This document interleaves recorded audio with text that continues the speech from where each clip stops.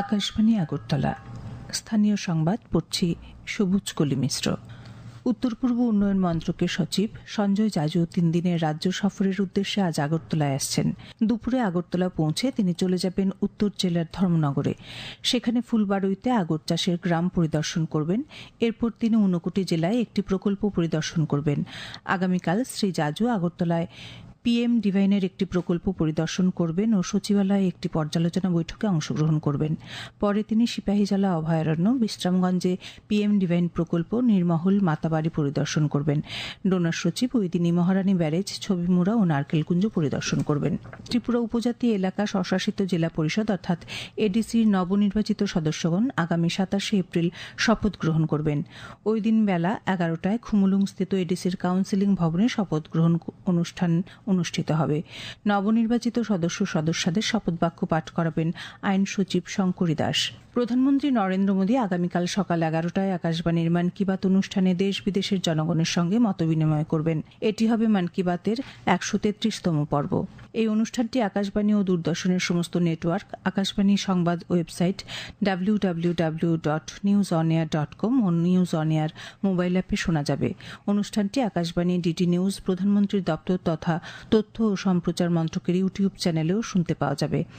অনুষ্ঠানের অব্যবহিত পরেই এর আঞ্চলিক ভাষার অনুবাদ শোনা যাবে। এই আঞ্চলিক ভাষার অনুষ্ঠানটি রাত 8টায় পুনঃপ্রচার করা হবে।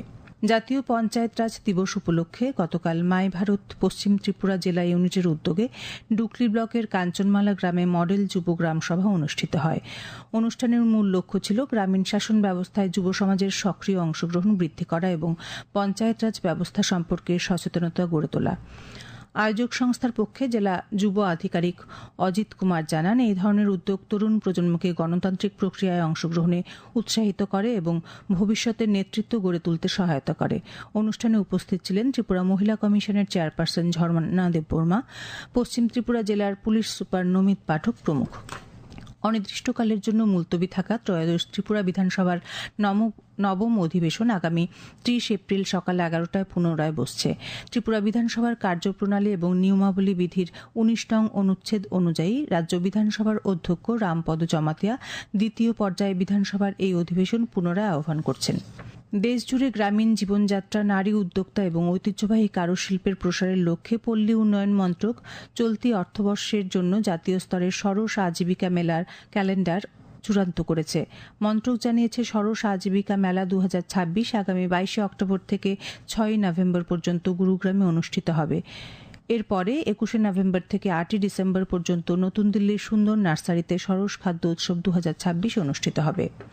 দক্ষিণ জেলা হাসপাতালকে ন্যাশনাল কোয়ালিটি অ্যাসুরেন্স স্ট্যান্ডার্ডসে উন্নীত করার লক্ষ্যে গতকাল হাসপাতালের কনফারেন্স হলে দক্ষিণ জেলার জেলা শাসক সাজ্জাদ পীর পৌরোহিত্যে এক বৈঠক অনুষ্ঠিত হয়। বৈঠকে জেলা হাসপাতালের পরিষেবার মান উন্নয়ন, রোগীদের নিরাপত্তা নিশ্চিতকরণ এবং হাসপাতালের সামগ্রিক পরিকাঠামো নিয়ে বিস্তারিত আলোচনা হয়। জেলা শাসক হাসপাতালের বিভিন্ন বিভাগের বর্তমান কাজের অগ্রগতি পর্যালোচনা করেন এবং যেখানে ঘাটতি রয়েছে তা দ্রুত চিহ্নিত করে প্রয়োজনীয় পদক্ষেপ গ্রহণের নির্দেশ দেন। খোয়াই জেলা শাসকের কার্যালয়ে গতকাল জেলা শাসক রজত পান্থের পৌরোহিত্যে বিভিন্ন রাজনৈতিক দলের প্রতিনিধিদের নিয়ে এই বৈঠক অনুষ্ঠিত হয়। বৈঠকে BJP, INC, CPIM, IPFT, Tipra Motha রাজনৈতিক দলের প্রতিনিধিগণ উপস্থিত ছিলেন। দক্ষিণ ত্রিপুরা জেলার জেলাশাসক সাজ্জাদ পি এবং জেলা পুলিশ সুপার মৌর্য কৃষ্ণাশ্রী গতকাল বিলোনিয়া মহকুমার ঋষ্যমুখ ব্লক এলাকা পরিদর্শন করেন। পরিদর্শনকালে তারা ঋষ্যমুখ বাজারের ব্যবসায়ী ও এলাকার লোকজনদের সাথে কথা বলেন এবং বাজারের বিভিন্ন সমস্যা সম্পর্কে অবহিত হন। এছাড়া সংশ্লিষ্ট এলাকায় আইনশৃঙ্খলা ও খতিয়ে দেখেন। আজ আকাশ আংশিক মেঘাচ্ছন্ন থাকবে, কোনো কোনো স্থানে বজ্রপাতের সাথে বৃষ্টির সম্ভাবনা রয়েছে। আগামী 24 ঘন্টায় রাজ্যের সবকটি জেলায় গরম ও আর্দ্রতা আরও বাড়বে বলে আবহাওয়ার পূর্বাভাসে বলা হয়েছে। আজ দিনের সর্বোচ্চ তাপমাত্রা 36 ডিগ্রি সেলসিয়াসের কাছাকাছি থাকতে পারে। আগরতলায় আজ ভোরে সর্বনিম্ন তাপমাত্রা ছিল 26.8 ডিগ্রি সেলসিয়াস। স্থানীয় সংবাদ এখনকার মতো এখানেই শেষ হলো। পরবর্তী বাংলা স্থানীয় সংবাদ প্রচারিত হবে সন্ধ্যে 7টা